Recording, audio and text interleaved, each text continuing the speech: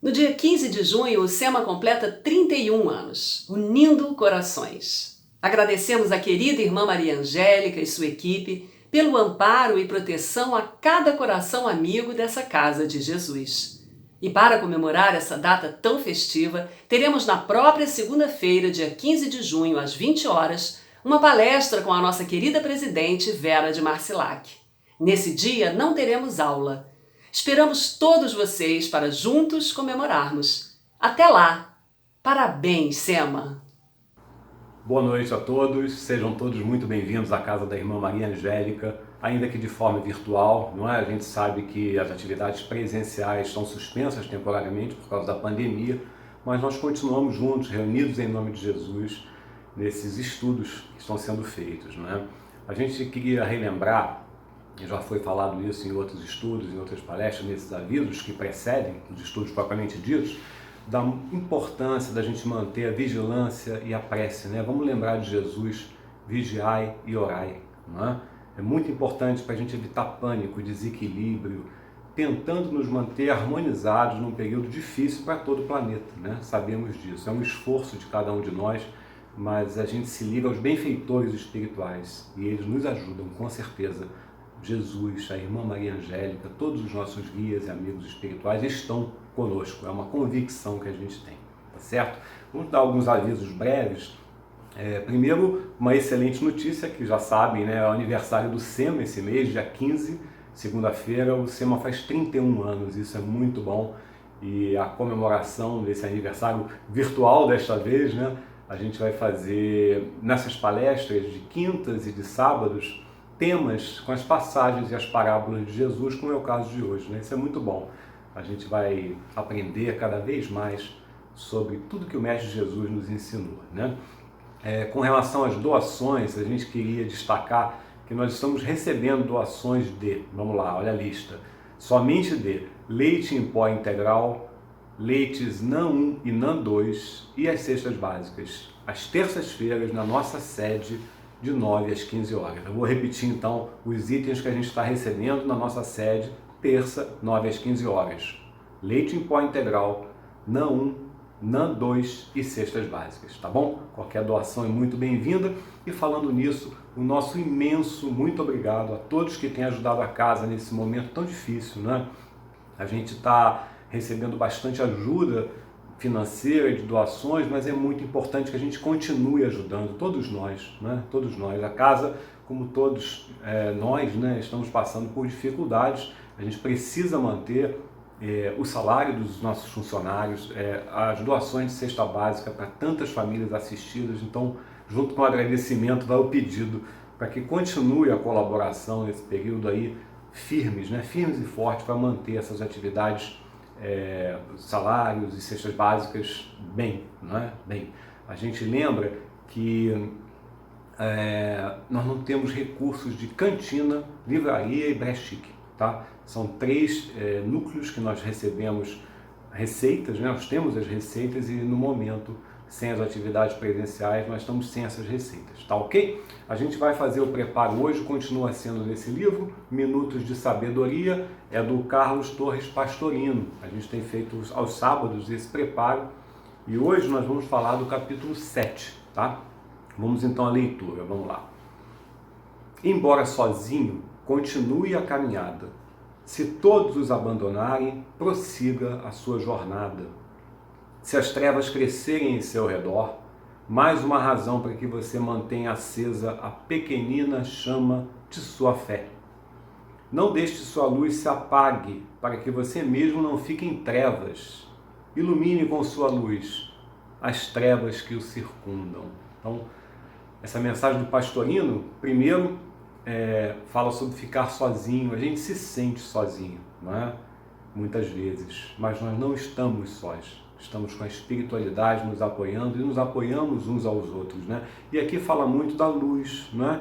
Uma pequenina chama, olha o que o Pastorino fala, uma pequenina chama ilumina as trevas que nos circundam. Então, vamos lembrar do Mestre Jesus, quando ele nos diz, brilhai a vossa luz, né? Que a gente brilhe essa luz, ainda que pequenina, para que a gente ilumine as trevas que nos circundam, né? E são muitas, o planeta de provas e expiações, tá? Então vamos fazer a nossa prece inicial, agradecendo a Deus, ao Mestre Jesus, à Irmã Maria Angélica e toda a sua equipe espiritual pelas bênçãos que recebemos. Pedimos que a luz desses espíritos amorosos nos envolva a todos, nos inspire, nos ilumine. São muitas trevas, o planeta ainda se encontra em estado de provas e expiações, mas nós estamos ligados à Irmã. E juntos, unidos numa só vibração de amor, de afeto, a gente se fortalece e segue em frente, como diz a Irmã, para frente, para o alto, para Jesus. Graças a Deus. Bom, hoje então a gente vai fazer o nosso estudo sobre um tema que, como foi dito, é uma passagem de Jesus.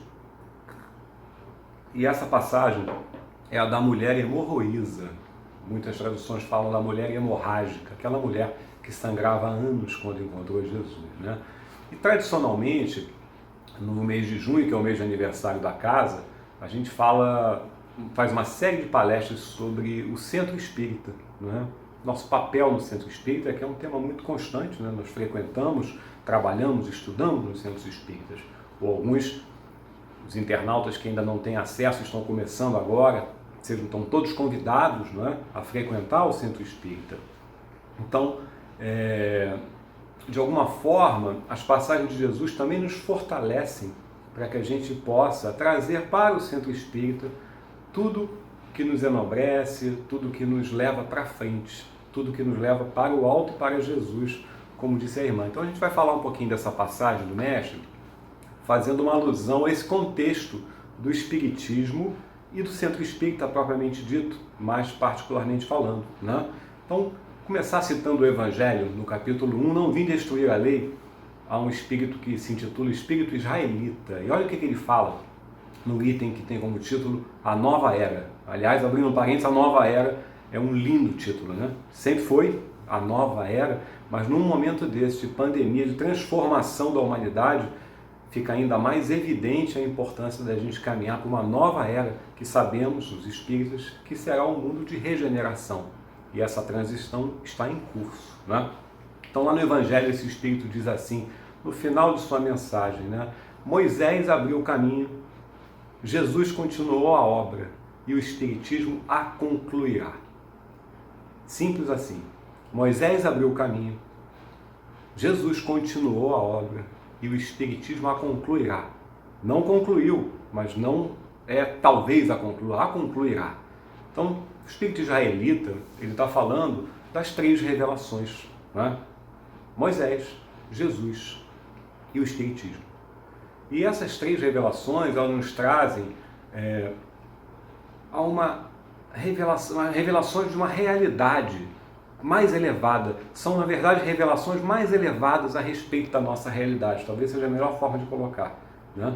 A Moisés começando, Jesus dando prosseguimento e o Espiritismo desenvolvendo e aplicando as ideias de Jesus. Isso tudo nos traz uma ideia mais elevada da nossa realidade. Se ela é tão dura hoje, imagina naqueles tempos, né? A lei é de progresso. Então, quanto mais para frente, melhor nós ficamos. Embora não pareça, às vezes, na hora da dor, na hora da dificuldade, a lei é de progresso. E essas revelações, essas ideias elevadas nos auxiliam demais. A gente lembra, voltando um pouco no tempo, nos séculos 17, 18, a ciência e a religião caminhavam separadas. Ciência e religião. Havia uma espécie, nesse século 17, 18, uma espécie de divisão de território entre os dois. Um respeitava o outro, mas as coisas não se juntavam. Ciência de um lado, religião de outro. No século XIX, que não por acaso foi o século em que Kardec codificou a doutrina espírita, foi diferente. Com o advento do cientificismo, a ciência passou a ser, entre aspas, uma espécie de inimiga da religião, né? Se antes havia uma convivência marcada por uma divisão de territórios, cada um no seu quadrado, né? Ciência de um lado, religião da outra, no século XIX o cientificismo tornou incompatível ciência e religião, né? Aí vem Allan Kardec, né? Vem o Espiritismo e une as duas coisas. O Espiritismo, a gente pode dizer que é um método científico de investigação da realidade, dentro dessa terceira revelação que o espírito israelita falou na citação do Evangelho.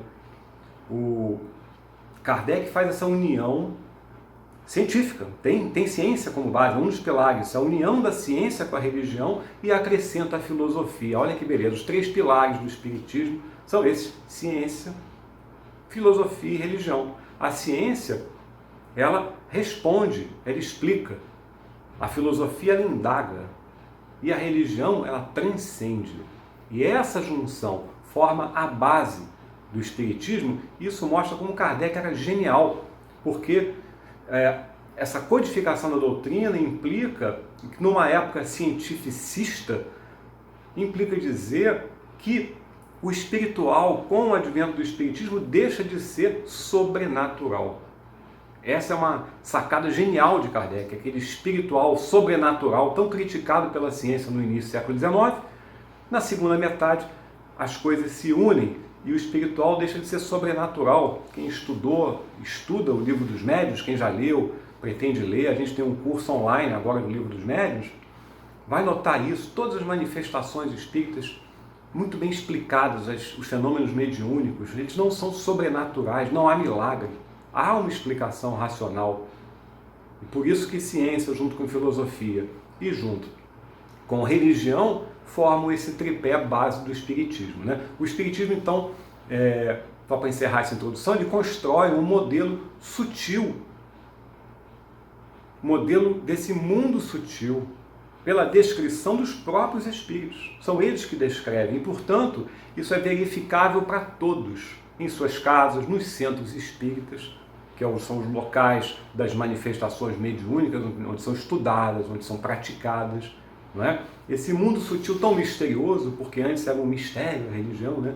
Aquela coisa que acontecia, os iniciados, que ninguém falava para os outros, era a candeia sobre o alqueire, né? Que Jesus falava, a candeia tem que ficar sobre o candeeiro, né? Iluminando a todos. É o espiritismo que traz essa luz e torna todos os fenômenos espíritas, mediúnicos, verificáveis, não é? E as casas espíritas surgem nesse contexto. Eu quis falar um pouquinho da história do espiritismo, porque quando a gente fala em centro espírita, tudo tem uma razão de ser, tudo tem um contexto, tudo tem sua época. Não foi por acaso que o espiritismo veio numa época cientificista e sofreu muitas represálias. Kardec, na Revista Espírita, fala das etapas do espiritismo, né, das fases do espiritismo, e uma das mais longas foi o período que ele chama de período de luta, período das lutas, muito criticado.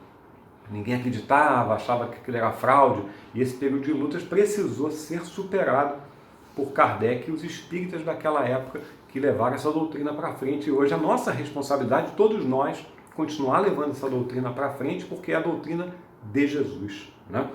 Então, indo um pouquinho mais particularmente para os centros espíritas, a primeira sociedade espírita formalmente organizada foi Kardec quem fundou, Sociedade Parisiense de Estudos Espíritas. Isso está lá no Livro dos Médiuns, lá no final do livro, quando fala das sociedades espíritas, em abril de 1858. Né? Então, tem bastante tempo. Vamos lembrar, o Livro dos Espíritas foi editado e lançado em 1857. Um ano depois, Kardec fundou a Sociedade Parisiense de Estudos Espíritas. E eu queria destacar o primeiro artigo do Estatuto, né? Óbvio que a gente não vai detalhar isso, não cabe aqui, mas olha só qual é o objeto dessa sociedade espírita, que deu origem aos centros espíritas na realidade. Objetivo, objeto, não é? É o estudo de todos os fenômenos relativos às manifestações mediúnicas, não é? Manifestações espíritas, textualmente diz que é manifestação espírita, e as suas aplicações às ciências morais, físicas, históricas e psicológicas. 1858, primeira sociedade espírita. O objetivo, o objeto, que está no Estatuto, artigo 1º, estudo. Olha que interessante, de todos os fenômenos relativos às manifestações espíritas. E vamos lembrar como é que surgiu o espiritismo, com as mesas girantes, aquela coisa, aquela curiosidade, né?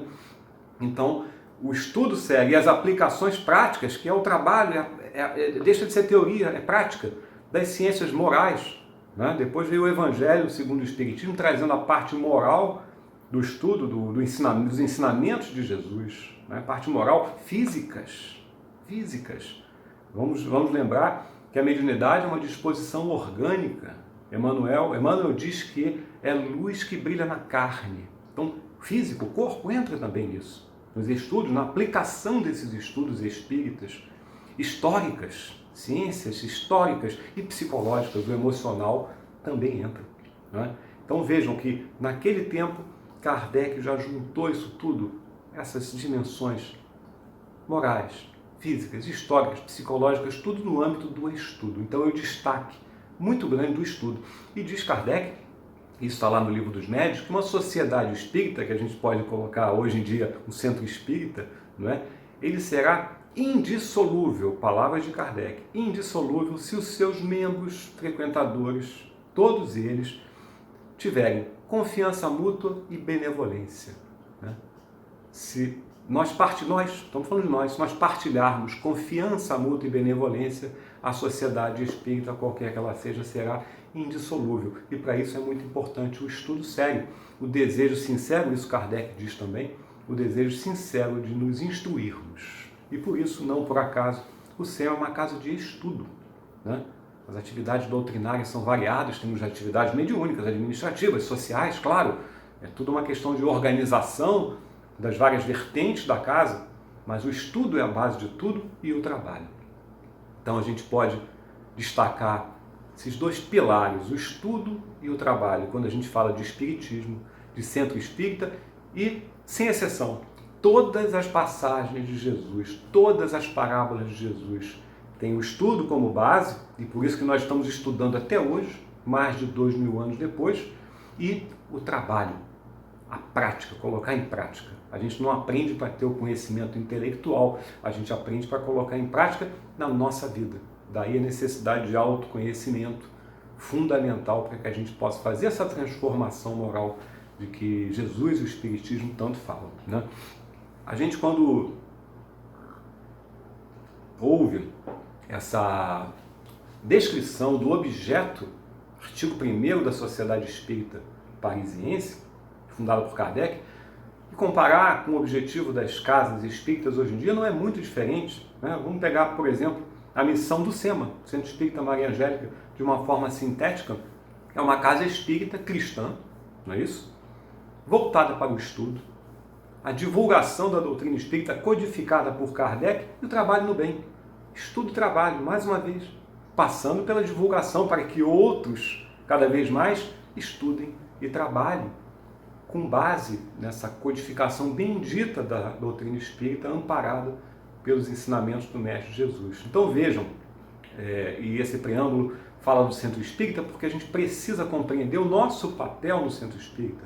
Não é? O centro espírita não é algo lá, daquele pessoal, não sei o quê, é nós, somos nós que formamos o centro espírita. Nós e os irmãos desencarnados, benfeitores espirituais que estão conosco, como foi dito no preparo, no texto do pastorino, nós não estamos sós. A nossa pequenina chama foi feita para brilhar, iluminar a escuridão. Todos nós que buscamos, repetindo, estudar, divulgar a doutrina e trabalhar no bem. A gente pegando esse gancho da definição, vamos dizer assim, da missão das casas espíritas, do centro espírita, Divaldo, ele tem uma definição muito interessante. Ele diz que o centro espírita é a célula máter da nova sociedade, onde as almas se reúnem para o trabalho no bem em prol do progresso geral. Então, vamos voltar a Divaldo. Célula máter, a base de uma nova sociedade. E assim como a gente falou de uma nova era, a gente agora fala de uma nova sociedade. Volta para o presente. Olha a pandemia aí. Tanta coisa para nos ensinar. Tantas transformações necessárias, começando sempre pela nossa própria transformação. Então vejam, célula máter da nova sociedade, é isso que Divaldo coloca como uma definição do centro espírita, porque as almas, que almas? Nós, encarnados e os desencarnados, se reúnem pelo progresso geral, trabalhando pelo progresso geral, a dimensão do trabalho. Então, estou falando isso tudo para a gente jamais esquecer que o estudo e o trabalho é a base de tudo. Porque senão não adianta a gente ficar estudando o livro dos Espíritos, a questão tal, a passagem de Jesus, né? Se a gente não traz para dentro conscientemente, e aí a gente cita Joana de Ângeles, as duas dimensões da consciência, a consciência racional, que é o nosso entendimento intelectual do que a gente aprende no Espiritismo, no Centro Espírita, nos cursos, nos livros, mas também a consciência emocional, é o sentir aquilo que a gente aprende. E é com essa consciência emocional junto com a racional que a gente pode colocar em prática, pelo menos se esforçar. O verdadeiro espírita, diz Kardec, é aquele que se esforça para vencer as suas más tendências, né? Bom, antes de falar da passagem de Jesus, da mulher hemorroísa, que é o tema de hoje, queria dar uma breve passada, já que a gente está falando do Centro Espírita, pelas principais funções do Centro Espírita.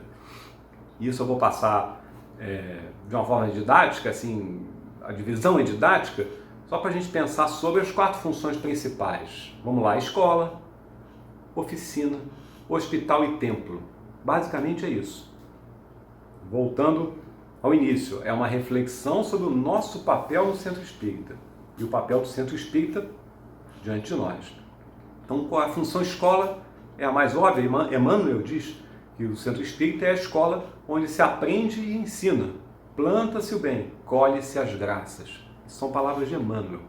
Então, essa função escola, que forma a base de uma casa espírita séria, e no SEMA nós temos cursos com não sei quantos mil alunos, porque a gente se dedica ao estudo para se auto-melhorar, auto-aprimorar. Essa função escola trata, então, de estudo e de esclarecimento. 2 funções básicas da nossa presença no Centro Espírita e o que o Centro Espírita nos oferece: estudo e esclarecimento. A função da oficina, que tem a ver com o trabalho, eu vou citar Kardec. Kardec diz uma coisa muito bonita. Ele diz que o Centro Espírita é uma célula viva e pulsante, né? E a gente pode dizer que mesmo com as atividades presenciais suspensas, nós continuamos a ser, o Centro Espírita segue sendo uma célula viva e pulsante, porque os benfeitores espirituais continuam trabalhando, muito provavelmente mais que antes, porque são tantas as dores, tantas as dificuldades nesse momento. É uma célula viva e pulsante. E diz Kardec, é um lugar onde há trabalho para todos, solidariedade entre todos e tolerância para com todos. É a tríade de Kardec, muito baseada na tríade de Pestalozzi.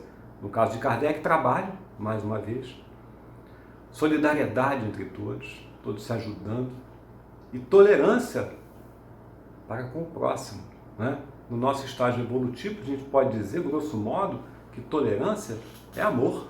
Nós, com a nossa dificuldade ainda de amar plenamente, como Jesus ensinou, tolerar é um início fantástico para a gente continuar o nosso aprendizado sobre o verdadeiro amor. Tolerância. Então, vamos manter isso em mente nessa função da oficina: trabalho, solidariedade e tolerância. Função de hospital: atendimento fraterno aos doentes da alma. Não é assim, Centro Espírita? É um atendimento, ele é fraterno aos doentes da alma. Quem são os doentes da alma? Fica a pergunta. Somos nós, não é? Cada um de nós. Com as nossas dores, com as nossas dificuldades, não só com as bagagens dolorosas que trazemos de outras encarnações. É bem verdade que trazemos também as virtudes e as alegrias, mas as dores vêm como bagagem, como provas, muitas vezes como expiações, e também com essa própria encarnação, as dores e as dificuldades que acumulamos nesta encarnação, nas questões familiares, nas nossas questões de saúde. São tantas, né? E é bem fácil de entender isso num momento de pandemia, não é? Como esse. Então o Centro Espírita acolhe e consola. Então, se lá na função escola a gente estava falando de estudo e esclarecimento, a gente pode dizer que na função oficina a gente está falando de comprometimento e coerência, né?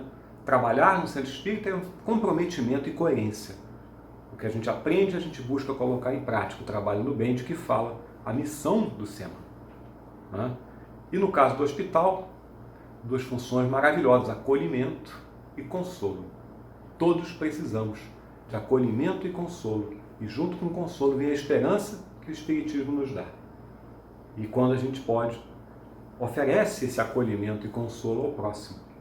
Como diz Leon Denis, que estamos envolvidos numa rede de solidariedade universal. Os que estão mais à frente nos estimulam a seguir. Os que estão mais atrás, cabe a nós estimular e puxar. Um com o outro. Solidariedade entre todos, como diz Kardec. E a última função é de templo, né? Templo não no sentido físico, embora haja construções físicas, né? O SEMA tem o SEMA Recreio, o SEMA Barra, o SEMA Lara 1, o SEMA Lara 2, tudo é SEMA, construções físicas. Mas a função do templo fala da ligação com o sagrado, com a espiritualidade, com os benfeitores espirituais, no caso nosso, com a equipe da Irmã Maria Angélica, com essa irmã tão amorosa. Então esse templo, essa função de templo, a gente pode citar Emmanuel, ele diz, deixa eu me lembrar, ele diz que quando se abrem, qual é a frase de Emmanuel? Quando se abrem as portas de um centro espírita, palavras dele, Emmanuel, a luz divina se acende nas trevas da ignorância. Olha a luz de novo, né? Interessante, a gente no preparo pastorino falou da pequenina chama nas trevas. E quando a gente fala do templo, né, do centro espírita como templo, a gente lembra de Emmanuel dizendo isso, que quando se abrem as portas de um centro, não é quando funda o centro, é quando abrem as portas físicas, e no caso virtual, nós agora estamos com uma porta aberta, para que a gente estude em conjunto. Quando se abrem essas portas, a luz divina se acende nas trevas da ignorância. É muito bonito. Então, é um esforço nosso de autoiluminação. Então vejam, centro espírita, resumão, estudo, esclarecimento, comprometimento, que às vezes é difícil para nós somos muito rebeldes, né? Coerência, acolhimento, consolo e esperança, isso tudo nesse esforço de autoiluminação, e aprendemos uns com os outros, os encarnados e ligados aos desencarnados, função de templo, né? Então isso é interessante, acabou que a introdução ficou um pouco longa, mas quando a gente fala nas parábolas, nas passagens de Jesus, a gente precisa trazer para a nossa realidade. Vamos lembrar que o Espiritismo traz um novo método de investigação da nossa realidade, com ideias mais elevadas, né? A gente veio daquele primitivismo lá de trás. Então, as passagens de Jesus são muito interessantes serem sempre analisadas e refletidas sob esse prisma de realidade em nossas vidas.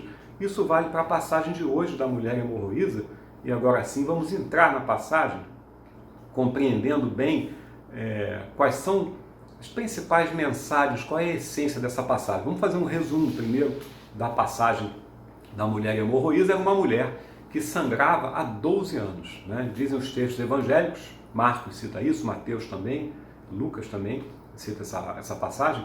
Ela sangrava há 12 anos, já tinha ido a vários médicos, não sei se Marcos ou Mateus dizem, inclusive, que ela já tinha despendido recursos com os médicos e nada.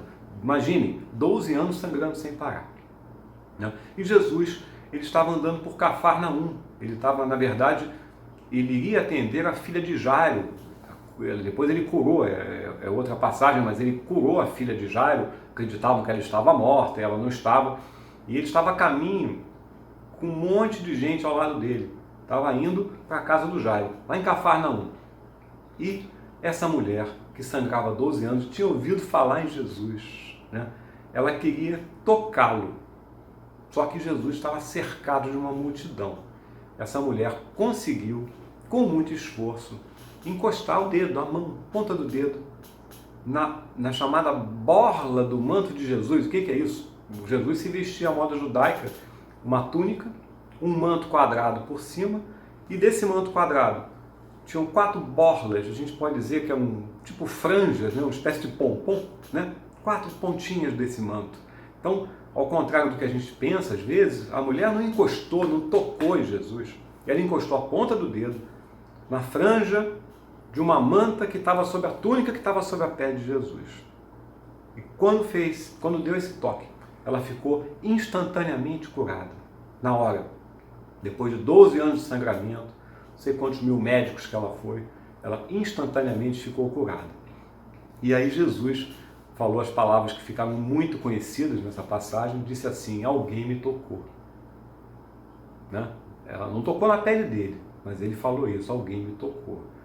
E os discípulos que estavam ao lado dele, e essa frase é atribuída também a Pedro, a gente não sabe bem se foi Pedro ou se foi outro discípulo, mas disseram assim: Senhor, as multidões te atropelam, muitos te tocaram, né?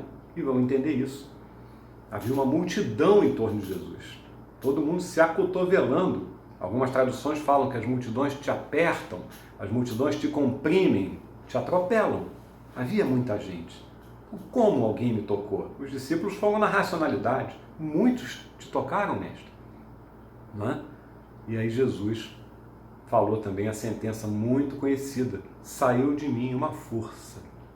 Vejam, aquele toque daquela mulher hemorroísa que sangrava há 12 anos retirou uma força de Jesus. Né? E enquanto havia esse diálogo de Jesus com seus discípulos, a mulher chegou mais perto e se identificou a Jesus. E Jesus então disse: vá em paz, a tua fé te curou. Essa é a passagem da mulher hemorroísa. E é uma passagem, entre aspas e com trocadilho, de passagem, porque ele ia atender a filha do Jairo. Né? Depois até reclamaram, porque né, nós, os reclamões, desde aquele tempo, né? Porque Jesus atrasou um pouquinho com essa história desse toque, desse diálogo, e a filha do Jairo tinha morrido. Só que não, né? Ela tinha morrido, mas na verdade Jesus foi lá e fez a cura, e essa é uma outra passagem. Né? A semelhança da ressurreição de Lázaro também, a filha do Jairo também apenas dormia, como disse o mestre. Mas, enfim, essa passagem, nesse caminho que Jesus estava andando até a casa de Jairo, fez com que uma mulher que sangrava há 12 anos ficasse inteiramente curada. Então vamos refletir um pouco, na verdade, essa é a essência do tema de hoje, vamos refletir um pouco sobre o que significa para nós esse entendimento do que aconteceu naquele momento. De uma mulher encostar a ponta do dedo na ponta de um manto que estava por cima da túnica, que estava por cima da pele de Jesus, ficou curada na hora e Jesus disse: saiu de mim uma força, porque alguém me tocou. Né? Vamos pensar. Para esse efeito, qual foi o efeito? A cura da mulher. Né? Foi necessário um doador e um receptor, não é verdade? Tipo passe, doa e recebe, fluido. Houve um doador e um receptor. Vamos pensar bem, o doador é universal, o doador é Deus. Né? Tudo emana do Pai. Jesus cansou de falar isso, né? Tudo emana de meu Pai. Eu e o Pai somos um. Meu Pai trabalha incessantemente, eu também trabalho. Quantas e quantas vezes Jesus colocou o Pai como o doador universal, o provedor de todas as forças. Tudo que vem de Deus é bênção, tudo é graça, tudo é misericórdia. Embora a gente às vezes tenha dificuldade de entender isso e tenha dificuldade de sentir isso, já é uma lição importante para esse momento difícil da humanidade. Tudo que vem de Deus é graça, tudo é misericórdia, embora nem sempre a gente sinta dessa forma. Mas o doador universal sendo Deus, a receptora, a pessoa receptiva era uma mulher, né? O que a gente pode notar nessa passagem? Havia um terceiro elemento aí. Doador, Deus, pessoa receptiva, mulher, há um terceiro elemento. Né? E esse terceiro elemento fez essa ligação da doação com a recepção. Ou seja, resumindo, não bastou a força divina, né, para alcançar aquela pessoa humana receptiva. As coisas não se juntaram dessa forma. Houve um terceiro elemento. E quem fez esse papel dessa junção foi o Cristo Jesus. Então, o Cristo Jesus transmitiu essa força. A gente pode dizer, como é que a gente vai descrever isso? Ele foi uma espécie de catalisador. Talvez essa palavra seja mais precisa. Jesus foi o catalisador, né, da plenitude do Pai, onde tudo é bênção, tudo é graça, tudo é misericórdia, para aquela necessidade tão humana daquela mulher. Ela necessitava, ela sangrava há 12 anos. Né? Então vejam, houve um catalisador e foi o Mestre Jesus, juntando a força da plenitude do Pai com a necessidade humana, e ver se a gente não pode estender um pouquinho esse conceito. E por isso eu fiz um preâmbulo tão grande sobre o Espiritismo e o Centro Espírita, para o papel do Espiritismo e do Centro Espírita como catalisadores dessa ligação sagrada do poder do Pai para as nossas necessidades humanas. Metaforicamente, nós não estamos sangrando hoje, todos nós, num momento tão difícil da humanidade. Sangramos. Ela sangrava fisicamente há 12 anos. Então, Se a gente pensar, e quando a gente pede nas nossas preces, Deus me ampare, sim, Deus ampara sempre. Deus é de justiça, de bondade, de misericórdia, é um Deus de amor. Mas há essa necessidade nossa, pelo nosso estágio evolutivo, desses catalisadores, e aí a gente coloca o centro espírita, os espíritos superiores, o espiritismo, Jesus. Né? Ninguém chegará ao Pai, a não ser por mim, palavra de Jesus. Aliás, essa menção a essa sentença de Jesus é quase pontual nesse caso, é quase textual, né? Ninguém chegará ao Pai a não ser por mim. Aquela mulher que tocou a ponta do manto que estava sob a túnica de Jesus, ela chegou ao Pai por intermédio de Jesus. E a boa notícia é que todos nós temos essa possibilidade de chegar ao Pai, de encontrar o reino dos céus em nós mesmos, chegarmos a essa ligação com o sagrado por meio de Jesus. Então, vamos pensar assim, essa mulher se curou, mas o fator de cura não foi o contato físico, ela sequer encostou na pele de Jesus. Foi um contato determinado pela fé daquela mulher. E aí temos um conceito fundamental para o entendimento dessa passagem do Mestre, a fé. A fé, que é uma conquista ainda tão difícil para nós, né? A gente às vezes fala assim, tenha fé, nós adoramos ser conselheiros, né? Alguém vem com um problema, tenha fé, meu filho, tenha fé. A fé não se prescreve, a fé é uma conquista, e mais, é raciocinada, como diz o Espiritismo, como diz Allan Kardec. A gente precisa compreender isso, né? E, antes que eu me esqueça, tem um termo também pouco estudado nessa passagem, que é aquela frase de Pedro, dos discípulos, não há clareza em quem falou isso, as multidões te atropelam. Às vezes a gente passa batido quando estuda, a gente pensa tanto na fé da mulher e esquece desse as multidões te atropelam. E olha a reflexão bacana para nós. Não é? Quem somos nós? A multidão que atropela ou a mulher hemorroísa? Com aquela fé que estancou de imediato um sangramento de 12 anos. Quem somos nós? Nós estamos mais para a multidão, nesse estágio hoje, ou mais para a mulher? Com certeza a maioria de nós, nesse segundo de reflexão, pensou, eu ainda estou na multidão que se acotovela, né? Mas mais uma boa notícia, a gente quer chegar a ter essa fé inabalável dessa mulher. E esse caminho de fazermos parte dessa multidão que se aglomera, que tem Jesus ao lado ali, e a gente esbarra em Jesus, né? Mas não se cura ainda. Se a gente quer chegar a ser essa mulher, o Espiritismo é um caminho, vamos lembrar das funções, o que a gente precisa para chegar a ter essa fé verdadeira que essa mulher teve, a mulher hemorroísa. Simples, estudo, esclarecimento, comprometimento, coerência, acolhimento, consolo, esperança, autoiluminação. Tudo aquilo que a gente falou a respeito das funções justamente do centro espírita. Não que o centro espírita seja essencial para uma espiritualização, mas é um catalisador, é um intermediário, é uma ferramenta extraordinária. Também outras igrejas, quem acreditar em outros credos, extraordinária para a gente alcançar o Deus que existe em nós. E Jesus é o caminho, a verdade e a vida, né? Então essa passagem, ela é revestida de um grande simbolismo sobre nós, como é que a gente se move desse papel de membro de uma multidão que se aglomera e se acotovela, nem sei se existe esse verbo, acho que existe, acotovelar, né? Para ser aquela mulher que encostou o dedinho no manto e ficou instantaneamente curada. É uma passagem que nos traz esperança. E olha que a gente precisa de esperança nesses momentos difíceis, não é? Então, vamos pensar nisso. Vamos pensar nessa mulher que a gente quer ser. A gente quer ter essa fé, né? O que é ter fé? Vamos fazer uma pequena reflexão. Deixa eu ver o tempo aqui. Não, estamos bem. O que é ter fé? Né?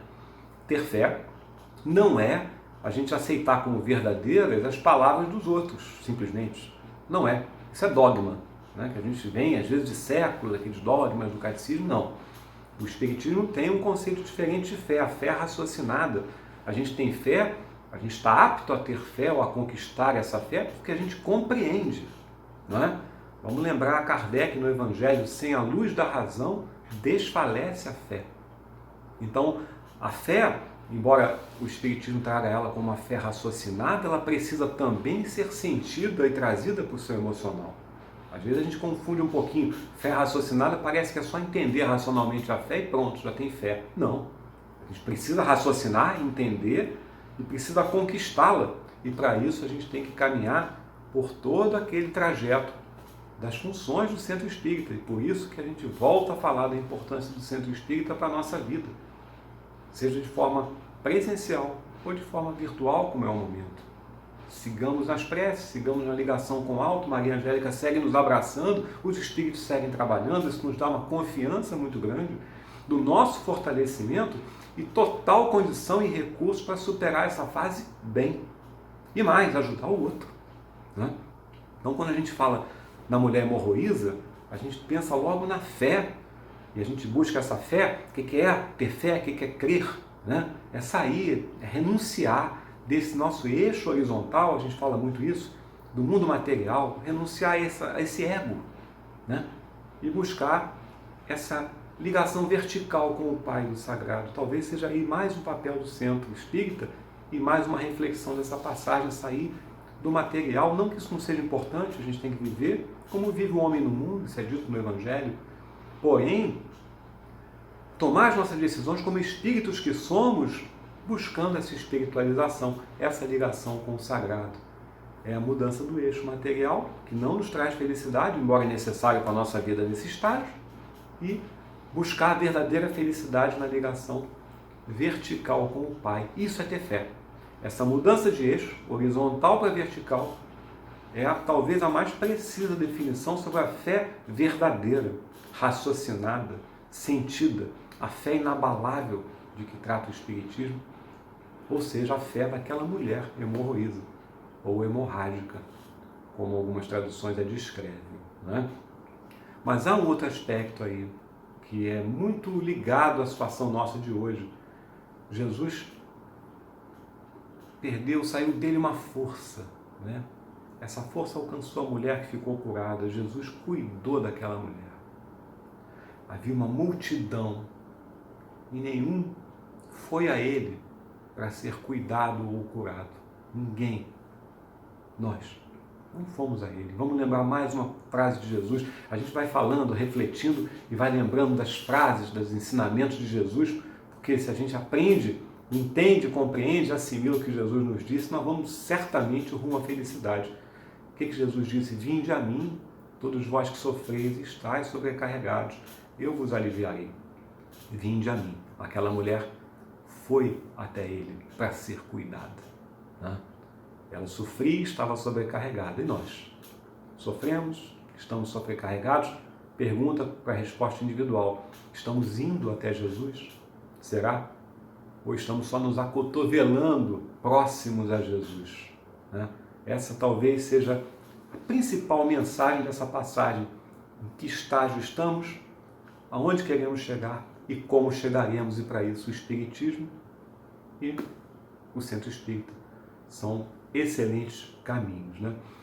Mas a gente estava falando do cuidado, né? Talvez, a gente pode dizer isso, talvez a essência do ser humano seja o cuidado, né? Cuidado. Cuidado com o quê? Inicialmente o autocuidado. A gente tem que cuidar de nós mesmos. O cuidado com o outro. Cuidado com o próximo mais próximo, e a gente pode dizer os que estão em nossas casas hoje, nesse período de isolamento social.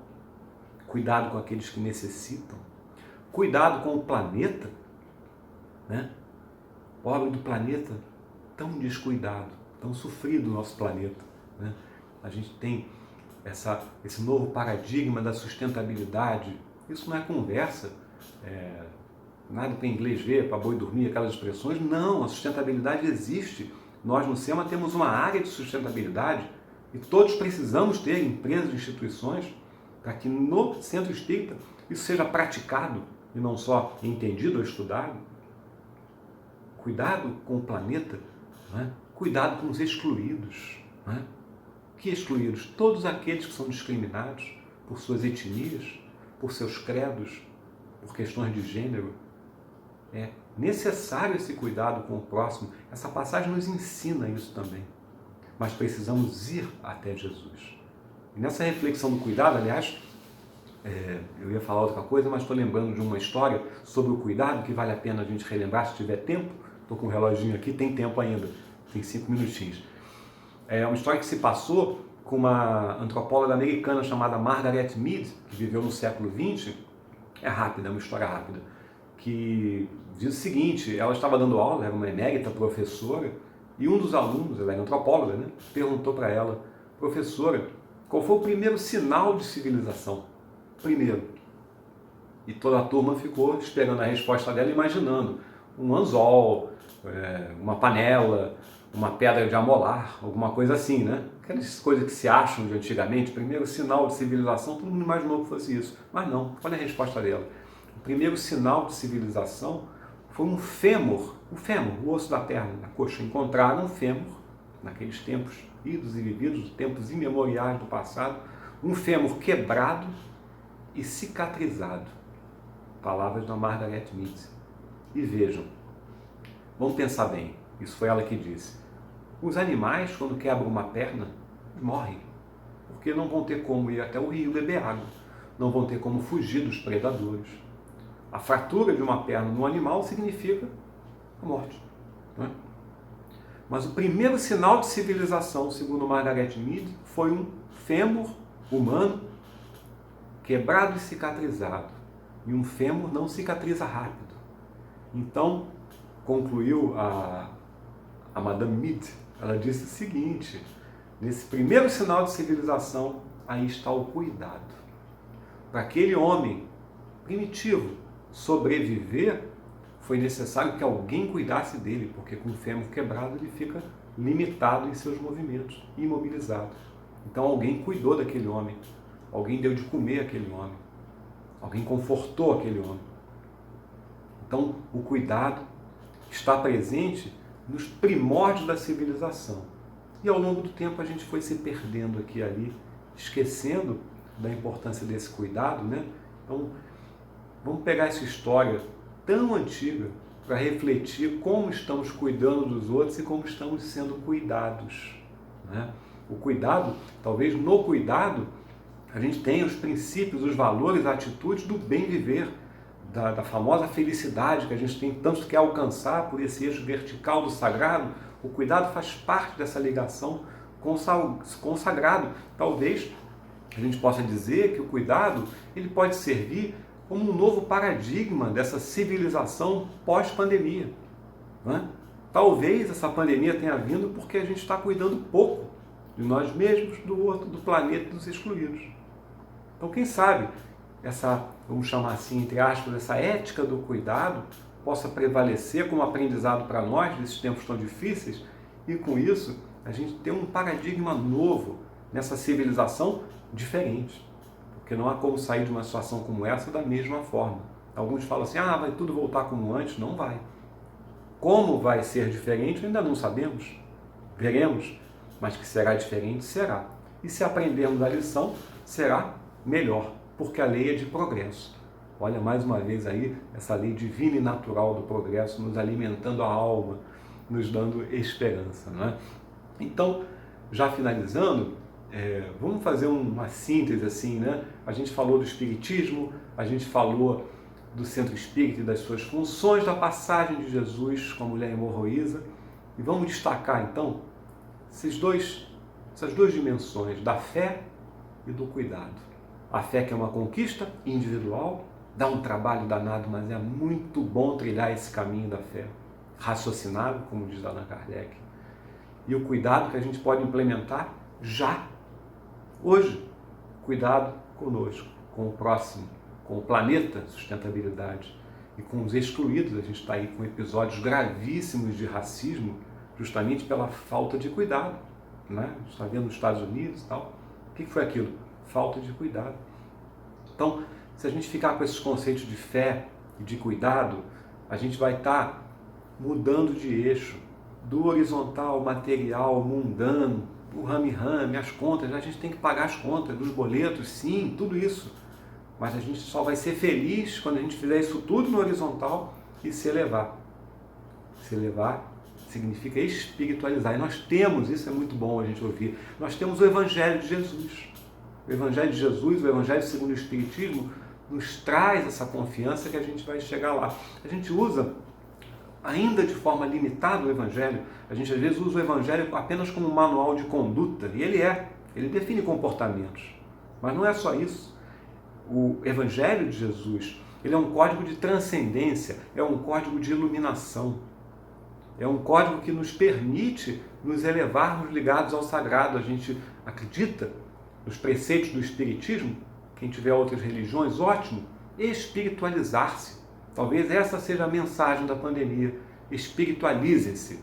A pandemia está berrando isso para a gente. Espiritualizem-se. Liguem-se ao sagrado. Ajam e sintam como espíritos que são, e não como corpo, e não como matéria somente. Né? E quando a gente se espiritualizar de verdade, né? Estamos nesse caminho, assistindo um estudo, estudando, a gente está nesse caminho. Frequentando uma casa espírita, trabalhando numa casa espírita, a gente está no caminho. Mas a gente, quando se espiritualiza, a moral do Cristo passa a ser uma prática ética na nossa vida, uma vivência ética. A nossa vivência ética no dia a dia, no mundo material, horizontal, passa a ser orientada pela moral do Cristo. Isso é espiritualização. É uma coerência no agir. Lembra lá da coerência? Comprometimento e coerência? E a gente tem isso, no caso da casa espírita, com a causa e com a casa. Compromisso e coerência. Nós passamos a agir como Jesus, não é? Sempre visando o bem, sempre caminhando em direção ao próximo com fé e com cuidado, né? E aí, só para terminar, nós vamos entender a diferença do Cristo Salvador e do Cristo Redentor. Porque a gente às vezes mistura, né? A gente pede muito nas orações o Cristo Salvador, está numa dificuldade, Jesus me salve. E Ele salva, nos ajuda, mas a gente precisa ir até Ele. Ele é o catalisador das bênçãos do Pai. A gente relembra sempre, né, o que a gente estudou hoje. Mas esse é o Cristo que salva, ótimo, maravilhoso, espetacular. Mas a nossa meta é o Cristo Redentor, que não é só o nome de monumento. Cristo Redentor é o que redime, é o que transforma. Transforma quem? A nós mesmos. Então, essa passagem da mulher hemorroísa, como todas as passagens de Jesus, como todas as parábolas de Jesus, são instrumentos para a gente se elevar, se transformar, né? Compreender o Cristo Redentor que nos permite essa redenção, né? Para parar de rastejar como uma lagarta, parar de se acotovelar, de se aglomerar, de bater cabeça, de brigar, de conflito, de tudo, para ficarmos na posição daquela mulher humilde, crédula, que encostou seu dedo na borla do manto sobre a túnica, sobre a pele do Mestre Jesus, ficou curada. Que a gente possa sintetizar isso tudo dizendo assim, vamos ser como essa mulher, né? Com essa fé verdadeira, e usar Jesus para alcançar as bênçãos do Pai. E o Centro Espírita vai terminar falando do SEMA. O que é o SEMA? Uma casa de amor, né? Onde todos trabalhamos em nome de Jesus. Todos, sem exceção, encarnados e desencarnados. E, vamos acrescentar, onde cuidamos uns dos outros. A gente cuida. Encarnado com encarnado, desencarnado com encarnado, encarnado com desencarnado, nas reuniões mediúnicas, uns cuidamos dos outros. E a irmã Maria Angélica, que nos trata como filhos amados do coração, cuida de todos nós. E ela nos abraça nesse momento, cada um. Que a gente possa, então, com o pensamento voltado ao Pai, ligados ao Mestre Jesus, em sintonia fina com a irmã Maria Angélica, com todos os benfeitores espirituais dessa casa de amor, a gente agradece a bênção do estudo, a bênção do trabalho, a oportunidade de estarmos reunidos em Teu nome, Senhor. Muito obrigado. Do fundo do coração de cada um. Que a fé nos transforme e que esse cuidado que tanto recebemos do alto possa ser colocado em prática nas nossas vidas cotidianas, nessa rede de solidariedade que existe entre nós. Nós ajudamos e somos ajudados. Que as bênçãos do Pai de amor e misericórdia recaiam sobre todos nós nesse momento, graças a Deus.